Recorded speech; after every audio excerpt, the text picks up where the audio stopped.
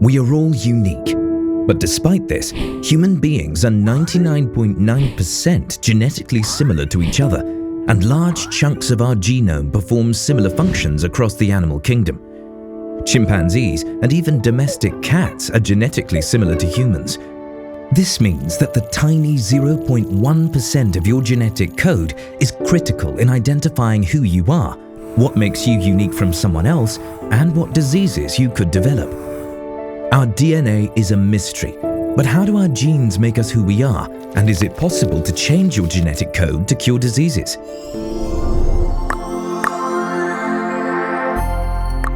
Inside each one of us are trillions of cells, and every single cell is a system that is like a small factory responsible for making proteins in your body.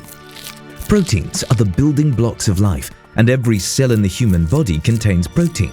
Your body produces or synthesizes millions of different proteins that are responsible for every task in your body.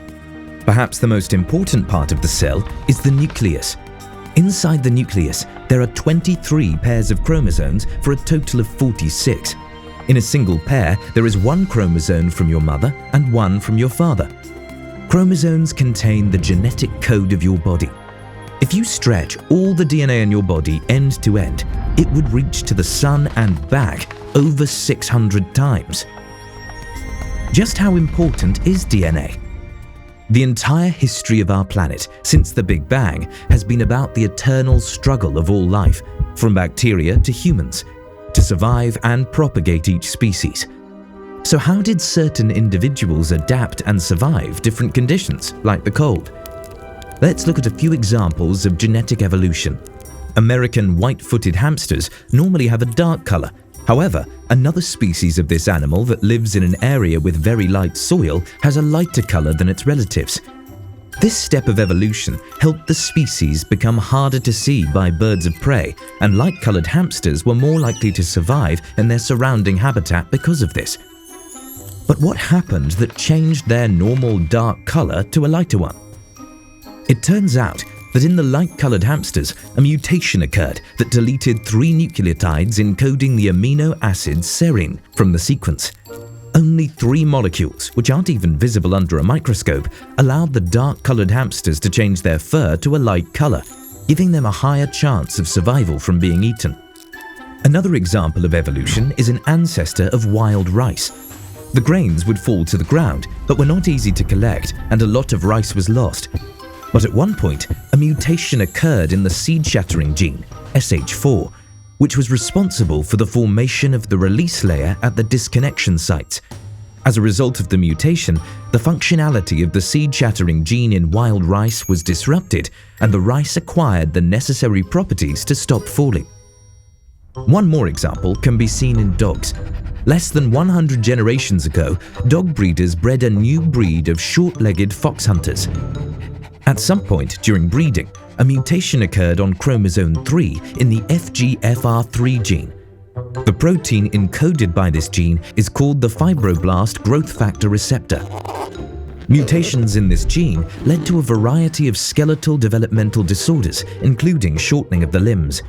Because humans wanted to select for shorter-limbed dogs, all dogs that had this mutation were bred, and puppies without it were rejected.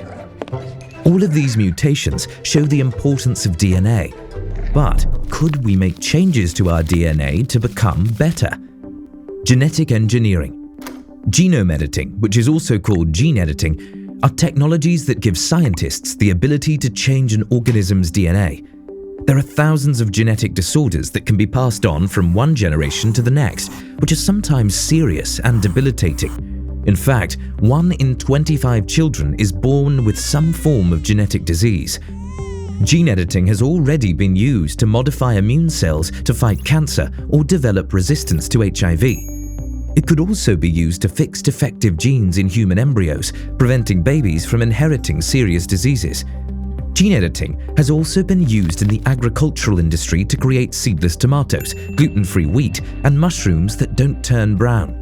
One of the more incredible things happening is that researchers have begun to use gene editing to make pig organs safe to transplant into humans. The problem is that porcine endogenous retroviruses are permanently embedded in the pig genome, and research has shown that they can infect human cells, posing a potential hazard.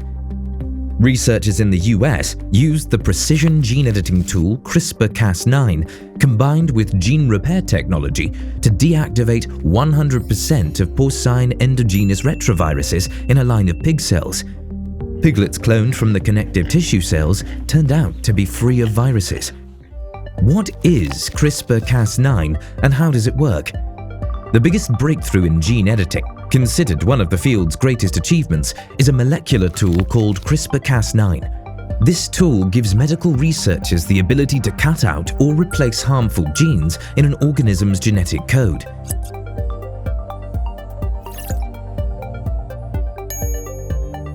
During some of the first gene editing trials, scientists collected cells from a patient's blood, made the needed genetic edits, and then injected the modified cells back into the patient. This gene editing approach looks promising as a treatment for people with HIV. When the HIV virus enters the body, it infects and kills cells of the immune system. In order to infect cells, HIV must first latch onto specific proteins of the surface of the immune cells. In order to combat this infection, researchers took immune cells from a patient's blood and used gene editing to cut out the DNA that the cells need to make the specific surface protein that the virus must latch onto. Without these proteins, the HIV virus can no longer gain entry into immune cells. A similar approach has been used to combat certain types of cancer by using the same method of taking immune cells from the patient's blood and using gene editing to produce surface proteins that bind to cancer cells and eliminate them. In 2015, a baby girl with aggressive leukemia became the first human in the world to be treated with designer immune cells that were genetically engineered to wipe out her cancer. Scientists modified her T cells by giving them an extra gene that would target and attack leukemia cells. They also disabled other genes so they won't attack the immune system of the girl. Weeks passed, and the trial worked. The most impressive thing about modifying cells outside of the body is that they can be checked before they are injected back into a patient in order to make sure that the editing process had no problems. The creation of genetically engineered viruses. But what if researchers wanted to program cells so they started performing a special task? For example, scientists want a T cell to synthesize a special protein on its surface so the cell can find, latch onto, and destroy cancer cells. One way to do this is to use engineered viruses. The goal of these viruses is to deliver DNA or RNA to specific cells. Now the cell has the instructions to synthesize certain proteins. In animals, these viruses have achieved promising results in fighting a variety of cancers, including osteosarcoma, which is a form of bone cancer. So far, the problem in adapting this treatment to humans is that most people have antibodies to the viruses used in animal studies. There have been some dramatic results using CAR T-cell therapy in some children and adults suffering from leukemia or lymphoma, but there have been some severe side effects. Cancer vaccines are another form of immunotherapy.